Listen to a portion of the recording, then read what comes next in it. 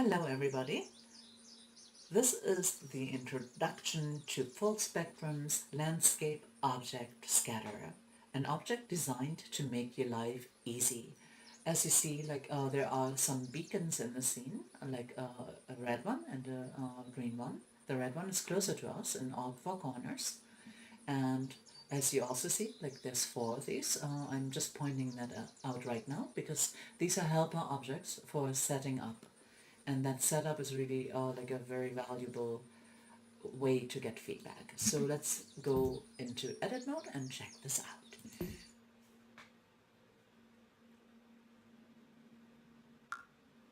Alright, now we are in the scene as we created it. Barren, boring, and very, very, very not so intriguing. And these little two squares made all the difference in the world to make this actually an appealing scene. So let's look at what's in them so that we can have fun with that. So when you click one of these trigger volumes, they contain our landscape object scatterer. And this first one is the object that creates the trees in the scene. When you have a look at the parameters, the first parameter is just a name, and the name is really just used when you are in verbose mode to get feedback. It's very helpful, so I highly recommend making it the script, but it is optional, and that doesn't mean that you shouldn't give it a good name. And then you will notice a second parameter that's in the style of simple script events, and that is named auto right now. And that is because you can either trigger this whole procedure to start on a simple script command. If you use any other name but auto, it will respond to that and then start placing objects when it receives the message you chose. And what you can use that for is to chain multiple landscape object scatterers together so that they work one after the other. So we have scan height on and an area that's specified by X and Y. This is what was earlier visibly indicated by the beacons that you saw all around us. They're not in the scene at all. They're being rest just like other objects in the landscape, but they're helping you to know that you made reasonable choices for the amount of ground that you're covering.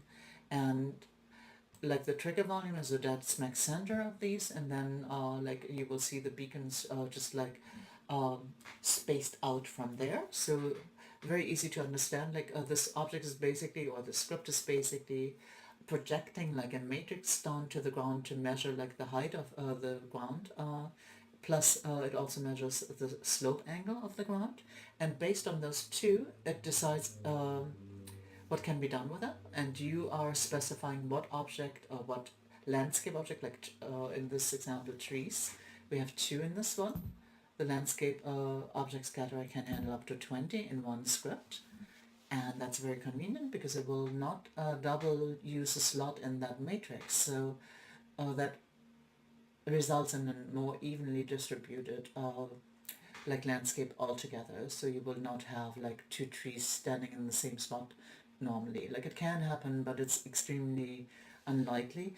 The only reason that it can happen still is that it's completely randomized from its grid position, so that you don't get a stiff looking perfectly aligned grid with plants, but rather have the full random variation with in that grid. So for that reason there is a possibility that plants can be in the same spot, but it does hardly ever happen in my experience, so no worries there. So the landscape object list and config string list, they correspond. The same slot in this corresponds to the same number in the config string. So this first slot is occupied by a cherry blossom tree, which comes straight out of your inventory.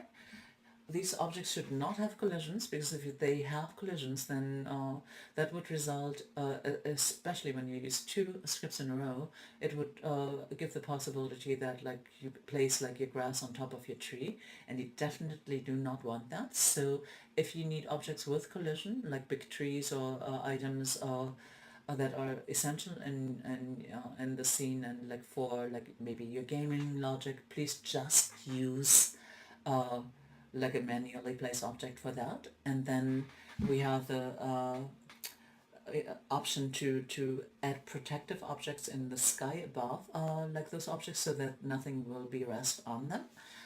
That's the alternate way to being smart about it from the get-go. The second tree we're placing is the red oak tree. And then we have the convex strings, and that's the most complicated and hardest to understand parameter. Explain them one by one and just write them out. So like slot number one is like the base height for your objects. So when you are looking at this configuration, like it has 8 values in it. And those 8 values determine like where your object can be placed. So just imagine like this blue arrow hit the ground.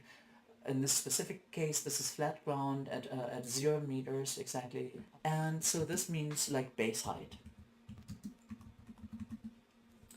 And obviously together with that goes like the range. So like the second parameter is the actual height, like of this object. So like I call it just height here, but like it's basically if you set this one to 1 meter and you set this one to 2 meters, then you're covering the ground from 1 meter to 3 meters, because this is like the added offset from the base height. That's why I call this one base height. I don't have a good name for the second one, so give me one and I will rename these guys. Then the second pair is very similar. Like it's position number 3 is like a slope start, and position number 4 is slope max. And that means if you want to plan on the ground, you're probably fine with 0.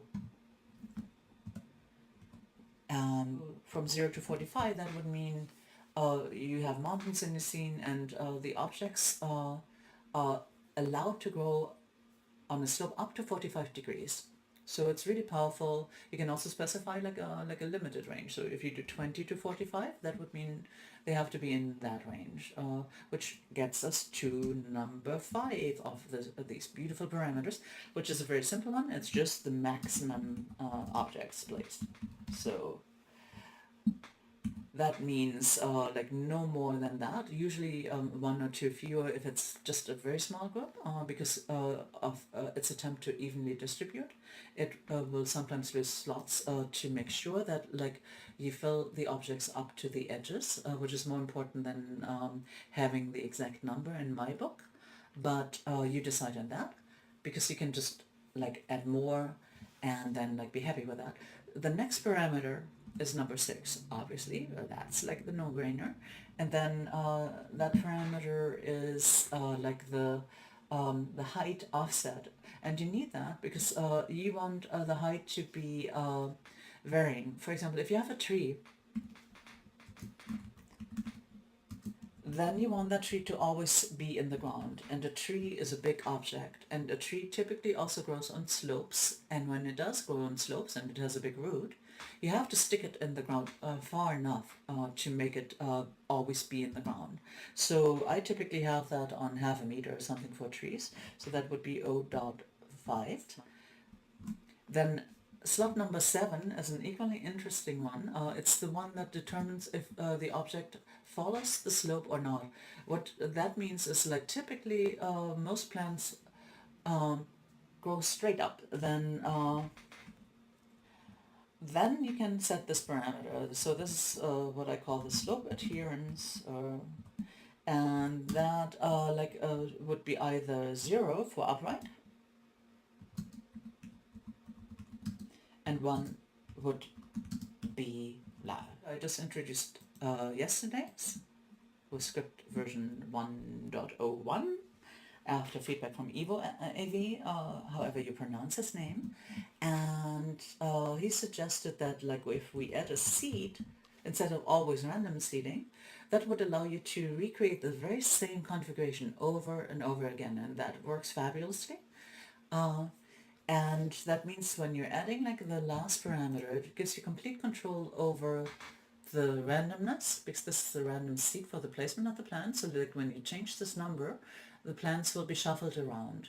However, like when you're recreating the scene with the same seat, it will create them exactly in the same spot, and it will even use that same seat in as many random variations for the rotation and slope adjustments. So you get complete random placement like a computer does, but a computer does predictable random, and that allows us to have a perfect recreation of the very same placement, and that's super duper useful.